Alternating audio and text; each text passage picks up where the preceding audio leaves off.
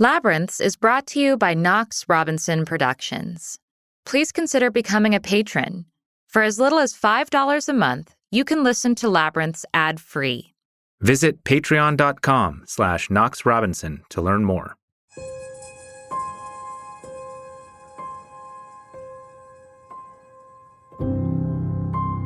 This one was a terrifying one. The FBI had found a sex trafficking group where the main guy was headquartered in Richmond, Virginia. And so they sent us out as kind of an undercover surveillance team to follow this guy because he had gotten a request, basically an invoice, to find a child of a certain age, look, hair color, that kind of thing.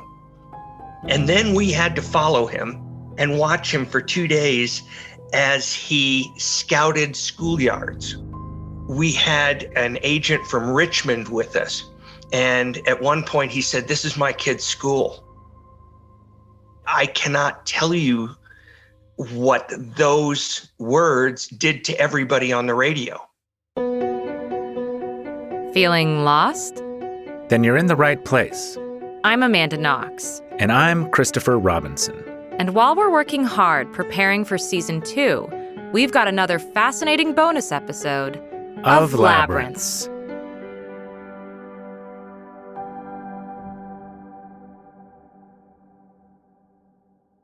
The voice you just heard was that of retired FBI agent Steve Moore in a clip from an episode in Season 1, One Bite of the Elephant at a Time, about the complicated problem of child sex trafficking and the ethically shady stings police have been conducting to nab potential predators. If you haven't listened to that episode, go check it out. In fact, go listen to all of Season 1. In the meantime, we've got a great bonus episode with Special Agent Steve Moore. All right, exciting. Yeah. I'm excited to actually ask Steve about just fun, crazy stories. Usually we're asking him to opine upon really difficult cases. Yeah, we're used to getting his expert opinion about things that he's not involved in. Right. And I just want to hear what he's actually done. Yeah, he's had such an interesting, crazy life. I mean, the FBI, they're so exclusive. Still waiting to see if he's coming on. Maybe I should text him. I'm worried that I didn't even send him the Zoom link. Maybe I didn't. Shoot. Let me copy it from here. My guess is that Steve may or may not be able to get on right now because Okay. I forgot to send him the Zoom link to confirm with him that we were doing it for sure. So maybe right now, since we're in here, who is Steve Moore and how do you know him? And what is his relevance to your life? Okay, so I know Steve Moore because he became invested in my case. I don't actually know the story of how he reached out or met my parents. The first time I came across the name Steve Moore was someone printed out a blog post that he had written explaining how it was that I could be coerced into a confession during an interrogation. And he, as someone who has interrogated people before, described all of the different ways that he was trained to break people down. And his position is, I am trained to break anyone, guilty or innocent. And if I am not careful about how I wield my training, I can get anyone to confess to anything if you just give me enough time. And so he made this really powerful argument that a lot of people really push back against, which is that innocent people simply, by definition, do not make false admissions or false confessions. And he was like, actually, they do all the time, and I can make you do it too. But of course, he's just the author of an article. I have no context of who he is. The first time I actually met him was the day I got out of prison. So the day that I received the verdict, I went to court during the day, and essentially it was a very short hearing. We make some final arguments, and then the jury and the judge goes into chambers to make a decision. Knowing that that was going to take several hours, I was sent back to the prison to await the verdict. And I just kind of laid in bed waiting. The evening news was on. Everyone was just talking about my case, speculating about what was going to happen. I just tried to ignore everyone because I didn't want to talk to anyone. And waited, and waited, and waited, and waited. I was laying in bed when the guard arrived and told me it was time to go. I get up, I put on my jacket, I get taken down. It's very, very solemn. People are very quiet around me. I was shaking, I was scared, I was not talking. We arrive at the courthouse. I have to wait as normal in a little hole-in-the-wall cell while the rest of the court gets filled with spectators and lawyers and all of those people.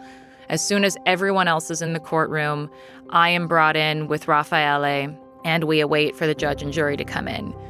Then the judge and jury are brought in. We stand and listen to the verdict. Leading into that verdict, I truly did not know what was going to happen. I was terrified. I was shaking. So the first thing I hear is, "We find you guilty of slander." So I'm thinking, oh my God, the next thing, is that going to be like guilty too? But then they say, "You are acquitted for murder and you are immediately released from prison." I lose it. The guards once again take me out of the courtroom, take me back to the room where the cell is, but don't put me back in the cell. I am no longer required to be in the cell anymore. And instead, they just sort of sit me in a chair and try to explain to me that I won. And I'm like, I know I won. I just am freaking out. I'm hysterical. People are congratulating me. People are going, a few of them are like, "You won me some money from a bet."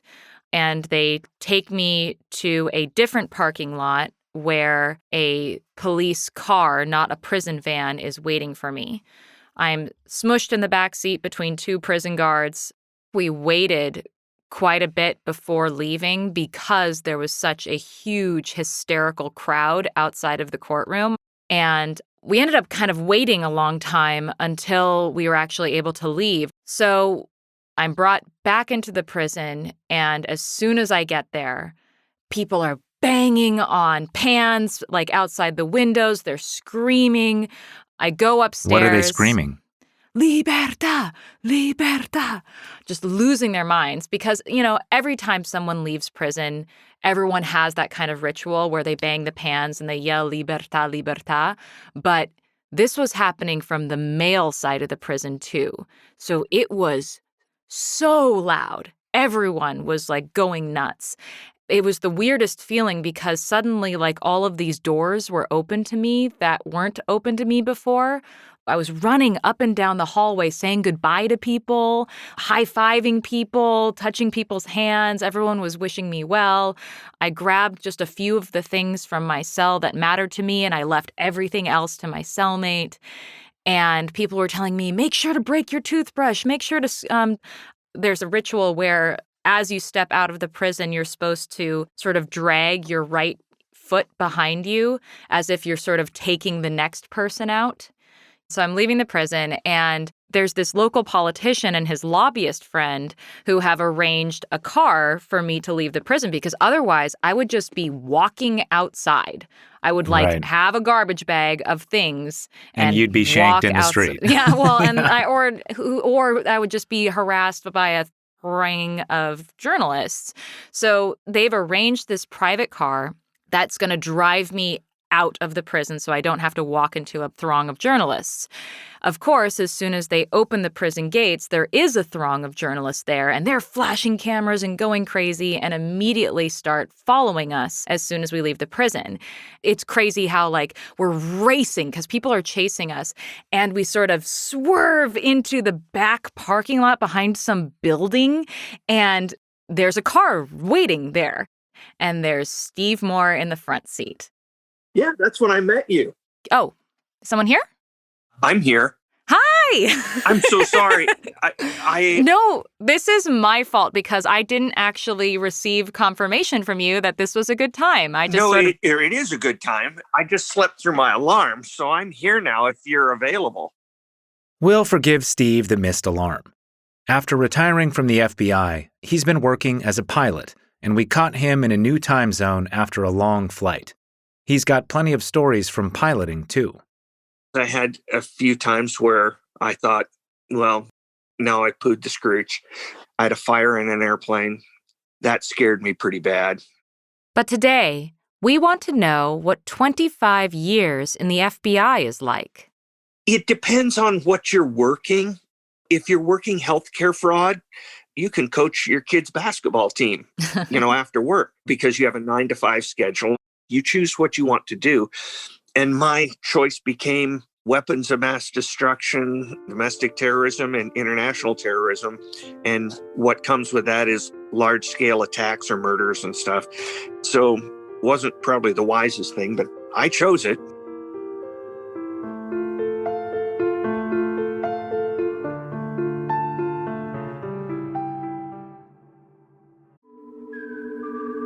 We could give you lots of reasons to support Labyrinths on Patreon, including ad-free episodes and exclusive patron-only content. But why not hear it direct from a listener? My name is Henry, and I've been a supporter of the Labyrinths podcast for some time. I can totally relate to the concept of feeling lost, and I think the stories have helped me tremendously getting through these last couple of years, and I think they would help others as well. Visit patreon.com/Knox Robinson.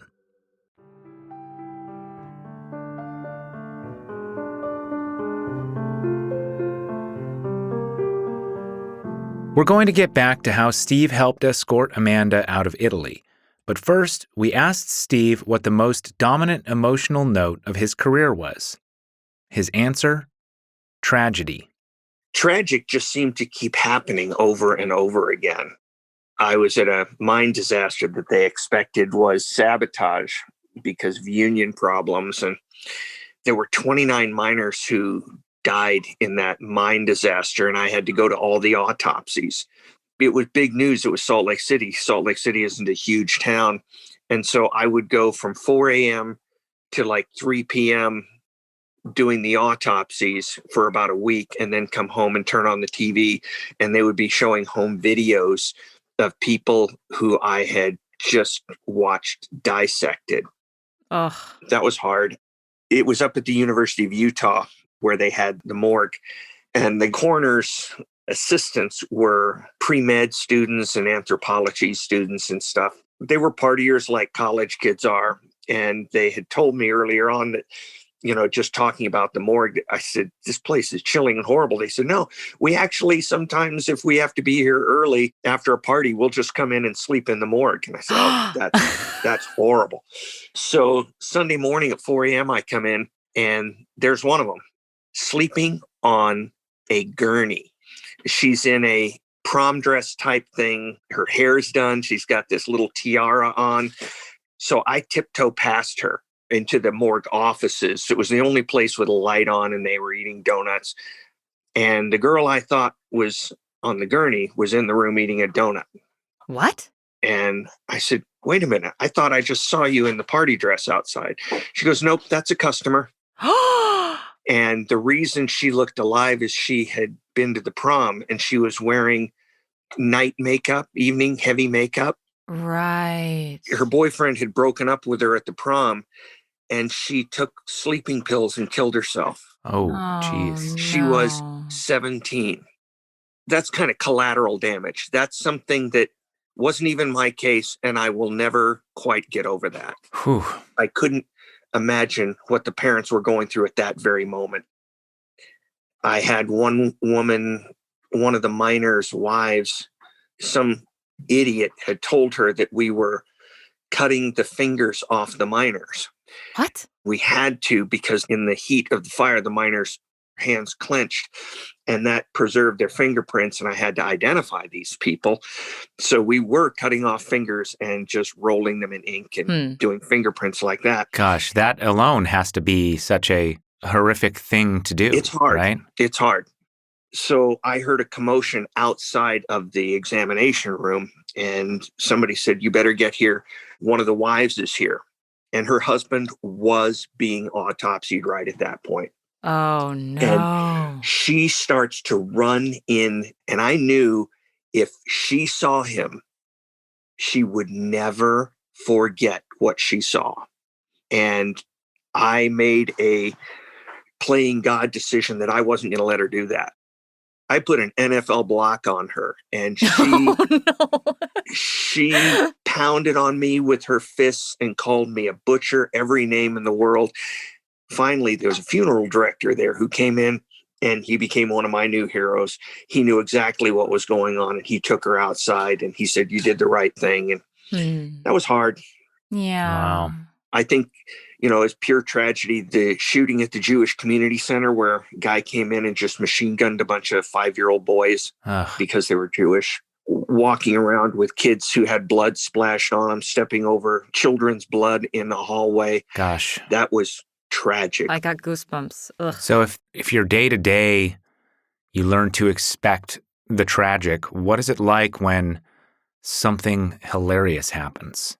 It is funnier than anything in the world, because I think we all know that humor is an immense stress reliever. There wasn't a day at work, it seemed, except for going to shooting scenes and stuff, where there wasn't a moment of just complete laughter, and you would just allow yourself to fall into it like little kids unable to stop giggling. I can't even tell you all the times that we laughed in the most inappropriate ways and times. The autopsies, I remember once we had 2 people on different tables. One of them had an heirloom pocket watch handed down to him, and it wasn't running, obviously. And the guy on the table next to him had a Casio, a $20 Casio, and was showing the right time. And we all applauded, SWAT was the funniest group of guys I have ever met in my life. In every SWAT team, those guys that come to the door and line up, that's all choreographed like a football play. And you play a specific position. Robert was number 1. I was number 2. And the number 1 and 2 guys are known as the shooters. They are the ones who shoot the quickest, shoot the fastest, and shoot the most accurately. Robert and I, that was our skill set. And so we were going up to a place up in the high desert, and there was kind of an enforcer for a gang. And he had been involved in a lot of shootings, and we finally got enough to go arrest him. But the problem was we knew he kept a weapon with him at all times, loaded, chambered. And the fear was that he would be in the master bedroom when they blew the front door, and that he would come up shooting and have an advantage. And you just don't want him to shoot at you anyway. I mean, it's just really not ideal. We got a floor plan of the house, and they told Robert and I where his bedroom window was. And it was behind this 6-foot cinder block wall around the whole house. And Robert and I were going to go post up by that window and try to get a view on him so that when the flashbangs went off in the front, if he got up and got a weapon, we were to take him out. Right. So it was kind of a serious thing that we were doing, a little stressful. And first thing we had to do is scale this 6-foot cinder block wall. So he boosted me up. I got on top, and we're carrying 50 pounds of gear with helmets on and everything, and a machine gun hanging off your back, and pistol and all the extra ammunition. And so then I reached down and pulled him up. And so imagine what's going on. It's 2 guys on top of a 3 or 4 inch cinder block wall facing each other, thinking, now how are we going to get down the other side without making noise? And about that time, I started to slip. Robert tried to catch me, and he slipped, and we both fell straddling that wall. Oh. We hit our nuts so bad, it was epic. It was soul crushing. Oh. And so at first we're going, Don't make noise. We're trying to shush each other. And the team leader says, "What's going on?" in our radios. We're saying, "Stand by." We've been taken out by ourselves. We are laying there, and I'm thinking, oh, it's going to make so much noise if I throw up. They said, "You need to give us 2 minutes." And so we sat there, and nobody knew what was going on. And Robert looks up and he goes, "You ready to go?" I said, "Yes." And we lost it. And now there is air coming out of our ears because we are holding our noses so we won't laugh out loud. And oh my God, we went to the window and the guy was asleep and he had his curtains open. So we had a view of him.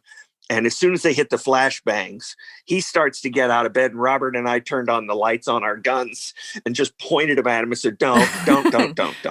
Hang on there, buddy. Good morning. And did it go down without a shot? Without a shot. Awesome. That's what SWAT's for. Its secondary purpose is to go in and do very violent things to protect other lives. But its main purpose is to present such an overwhelming force that anybody who sees it knows it's futile. And SWAT gets in a relatively small amount of shootings compared to just uniforms on the street. Huh. Yeah. Well, I mean, if you woke up and you were surrounded, what are you going to do? Like, Yeah. It makes sense. We can shoot you, but then we've got paperwork. So let's not do this. Right. No one wants the paperwork. Does anything come to mind about a time when you felt the most personally endangered? Yeah, it all happens so fast, you're never usually afraid during it. I had one guy in a small interview room pull a screwdriver on me. He was crazy, and he said the FBI had shot down the space shuttle. And he was trying to stab me with a screwdriver, and I didn't have a gun because that office didn't let you carry him around. So I had to hold this guy, and we kind of danced around the room until another agent came in and helped. And Wow. I had another guy on the Aryan Nations case when I was supposed to be undercover, and we were blown and we didn't know it. Ooh. At 4 a.m., I'm going to find whether the Aryan Nations had moved a large caliber weapon someplace. So I'm driving up in the panhandle of Idaho, about 20 miles from Canada, in the middle of winter in a 4x4 going off to this place in the woods. And all of a sudden there is a car behind me, a tow truck. And they started coming up behind me and I drove away. And the problem was the police in this town, it was a little town called Sandpoint. They had been infiltrated by the Aryan Nations. So if you called for help, you might or might not get it depending on who was on duty. Wow. So I'm calling for help on the FBI radio. And there's only one other agent within about 50 miles. That was terrifying. I finally got this guy awake. So Steve and the other agent go back to the place in the woods to arrest the guy they suspect has moved this large caliber weapon. But like an idiot, I opened the door and he had a gun pointed right at me. I never even saw it. The agent next to me, who had a lot more experience, saw it and knocked me down like nobody's business trying to get to that gun. And that was scary afterwards. How old were you when this happened? 26. Gosh, baby Steve could have been taken out. Yeah, that wouldn't have been good. My mom would have been upset.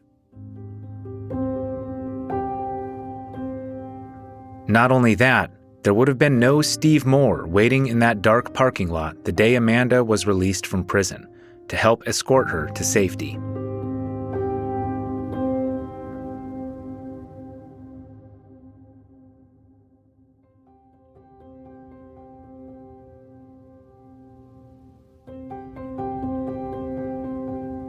The night Amanda was released from prison, Steve Moore was waiting in that dark parking lot with her mom to rendezvous with Amanda and help the two of them navigate to a safe house before they could fly out of Italy.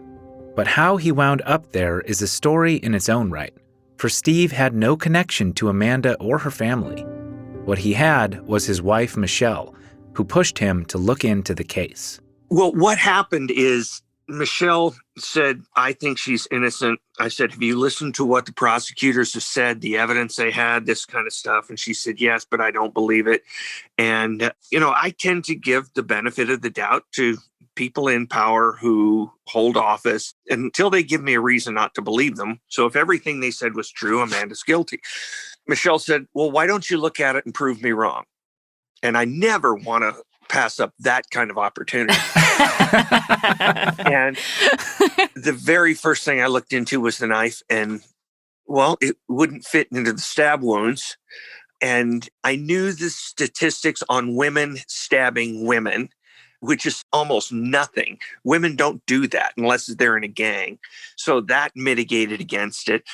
The fact that no DNA or hair or anything of Amanda's was in the room was problematic for my little winning against Michelle. And then Tom Wright got me the unedited crime scene videos. And I'm not bad at looking at crime scene videos. And I remember that Manini, at the time of your arrest, Amanda, had said, I've got this bleach receipt for the bleach that she used to clean up the crime scene. Well, I see Manini walking into this abattoir of a crime scene. I mean, blood everywhere. And I'm sorry if I don't mean to disturb you. And looking around, it just occurred to me, wait a minute, the crime scene wasn't cleaned at all. The guy's lying. It's not a mistake. And I can remember where I was sitting and the fact that the chill that ran up my spine just wouldn't stop. I almost got nauseous. It was like, I can't ignore this. I can't do nothing. This is wrong. And at that point, I still had no reason to believe you weren't some monster like Manini had described. My mind hadn't jumped that far ahead. And really, my only thing was, whoever Amanda was, I now knew that she was not guilty of this crime, or probably at that point not guilty. I still investigated for about a month until I was just absolutely convinced. And I just felt I had to get involved. And so one of the things I then did is try to determine whether she was this monster that Manini said. So he decided to conduct a criminal profile of Amanda, thinking, if you won't believe these family members, would you believe an FBI agent who's never met her? I just felt like a stranger who saw somebody on a street corner have a heart attack, and I happened to be a doctor. Steve approached renowned criminal profiler John Douglas. He was a hero before I ever knew the name Amanda Knox. He agreed to help me on this if I would do the standard interview protocol and give him the stuff. Steve knew how to conduct field interviews, and Douglas, who you may know from Mindhunter, practically invented criminal profiling for the FBI, having interviewed serial killers like Ted Bundy, Charles Manson, and John Wayne Gacy, contributing significantly to the field of criminal psychology. I went up there and interviewed about everybody you knew, Girl Brett to your parents to friends, and John Douglas. It was very tense because he's an eccentric man, even though we're friends. And he said that this is one of the least violent persons I've ever profiled. He said he had seen some baby rabbits that were more violent than a man. Okay. I mean, he's seen Monty Python, clearly. Yes. Oh, yes. Conducting those interviews, meeting her family, led Steve and Michelle to become invested in the case on a personal level. So when the time came to whisk Amanda out of Italy, he was glad to offer his expertise. Their fingers crossed for an acquittal, he began strategizing with Amanda's stepdad. Guy should have been CIA or FBI. He's got too much personality for the FBI, so CIA would have been great for him. We had agreed to meet in a parking garage not far from there, and he was in some rental little box. He can drive, and we ended up in the middle of nowhere, not far from town, but as you said, behind a building. It was 1 a.m. by that time, if I remember. Yeah. Your mom was either in the car when I got there or we picked her up on the way. The plan was obviously to get you to a safe place without the press finding out. And we drove to this place and stopped and turned out the lights. The car carrying Amanda pulled up next to them, and Steve and Amanda's mom, Etta, hopped in with her. Her stepdad took off in a separate direction to lure the press away. And so I got in the car. There was this very well-trained driver. Yes. And there was a Red Bull in the console. The only thing he said to me the whole night is I reached for the Red Bull and he goes, "No, mine." I do remember that when you hopped in the car, you sort of just looked back and were like, "I'm Steve Moore." Yeah. Do you remember that? Yes. And you said, "Hi, I'm Amanda." And you put your hand out to shake hands. And I said, "I know." How are you feeling in that moment? I'm emotionally kind of spent, but it was very much like the Bureau. I had something to do. and I had to get her to a safe house. That was my responsibility. My job was to make decisions en route and to interdict any potential problems. So mission mode. I was in mission mode and I was trying very hard to concentrate.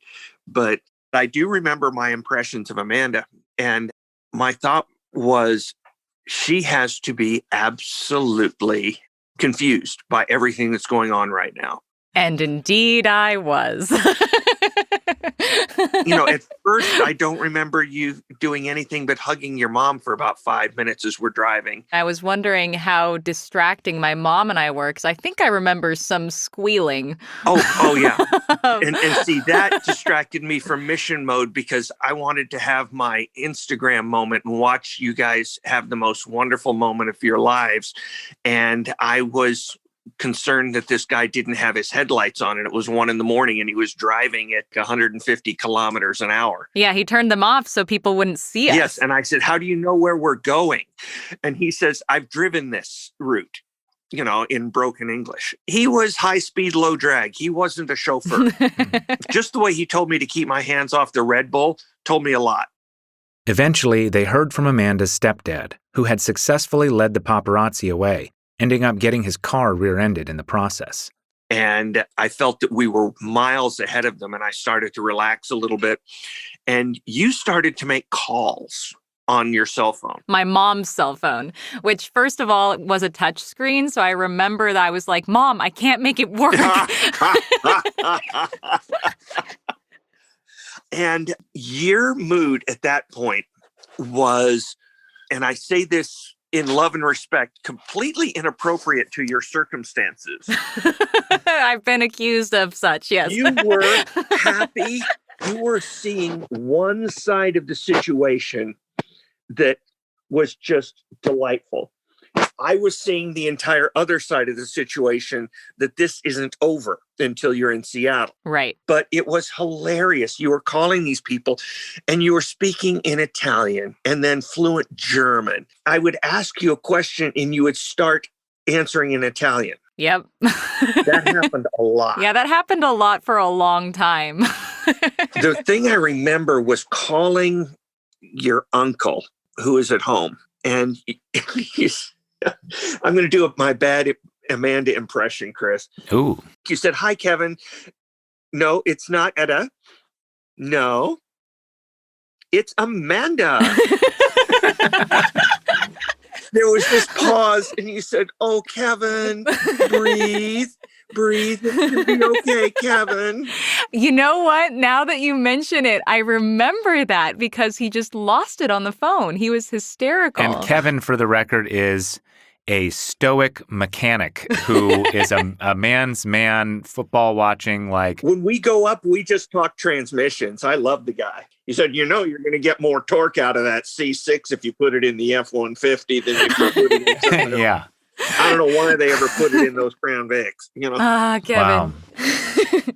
Eventually, the phone battery died, and they made it to the safe house. Which was really not in a safe place. It wasn't in the safest part of town. I did a few walks around the place, went back up, and you and your mom took one bedroom, and I slept on the kitchen floor because it wasn't a very big place. Oh, no, I didn't realize that. Oh, no, that's I didn't sign up for the Hilton, And I think I slept until the sun started to come up, so maybe 3-4 hours. And the thing that I will never, ever forget, and the thing that really caused me the most emotional shock to my system, was waking up at like 4:35. Maybe I heard you moving around in the room, and I knocked on the door just to make sure you guys were all there, and you said, come in. And I said, well, it's a guy. And you said, there's only guys outside this room. Or something like that. So clearly. And I came in and you were sitting in a chair, just sitting in a chair on the wall. There was nothing to look at. You had nothing in your hands and you were just sitting there and you were still in the clothes from the night before. And your mom was in bed. Mm-hmm. Do you remember that? Oh, yes. I mean, I'm curious to remember it through your eyes, but I definitely remember that night and how I did not sleep at all. I remember watching my mom sleep. Oh, yeah. Like a freaking psychopath, just sitting there watching my mom sleep and just being like amazed that my mom was in the room with me. That really hit me really hard, was that my mom was just in the room with me. I hadn't like seen my mom in any way but across a table in the visitation room for so many years. And I was just absorbing that and totally unable to sleep because adrenaline was going like crazy. So, wow. Yeah, so I wanted to give you an analogy. While I was in Honolulu, I went over to Ford Island, where part of the Pearl Harbor attack was, and they have a hangar there, and it's still standing from December 7th. And if you look up, there are bullet holes all through the glass. They never repaired. It is incredibly moving in a big, big way. And you say, I wasn't there. I have no idea what they went through, but I feel like I'm in a place where something incredible happened, okay? Being in that room and being with you and your mom, I felt kind of the same way. Something massive is happening right now, and I can't even fathom how deep it is, but I was almost reverent about how much of a world-rocking situation you were in. I felt just something monumental was going on. Do you remember what you told me, why you didn't sleep? I don't remember what I told you. What did I tell you? I said, did you not even sleep? And you said, there's no way I could sleep. And then you said, I was afraid that if I went to sleep, I'd wake up in prison. And this was all a dream.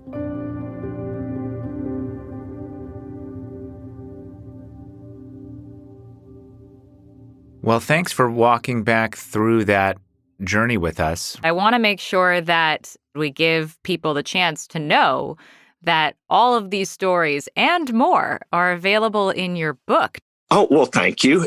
It is a book called Special Agent Man. Which I love and you hate, and I love it.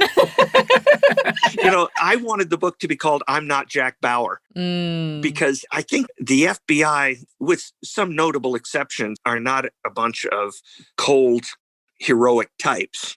We are normal people who just get put into situations that we have to cope with.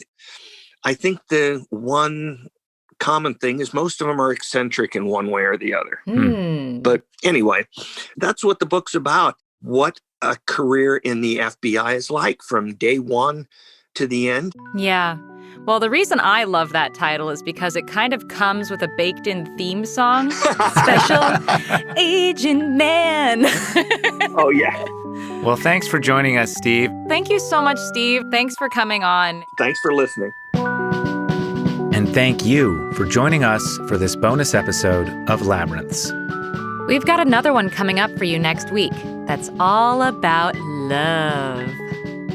Stay tuned for Season 2. And in the meantime, get lost with us. Find us on Twitter at Amanda Knox, at Man Under Bridge, at KnoxRobinson.com. And please subscribe, rate, review us, and most of all, tell your friends what they're missing out on. This episode was written by us, edited and sound designed by Chandler Mays, with theme music by Josh Budo Karp.